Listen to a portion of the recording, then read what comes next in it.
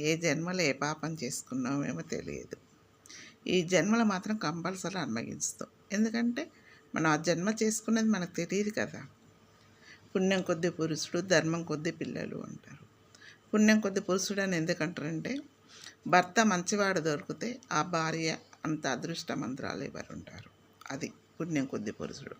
పిల్లలు చెప్పు షాట్లో ఇట్లా చదువుకో, అట్లా చదువుకో, ఇట్లా బతుకమని చెప్పిందనుకో, ఆ తల్లి అదృష్టమంతురాలు.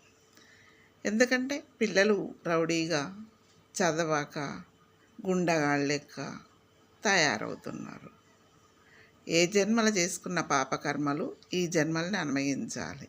మరో జన్మ అంటుండదు కదా బేట మనకి. ఉన్నా వద్దనుకుంటా నేనైతే.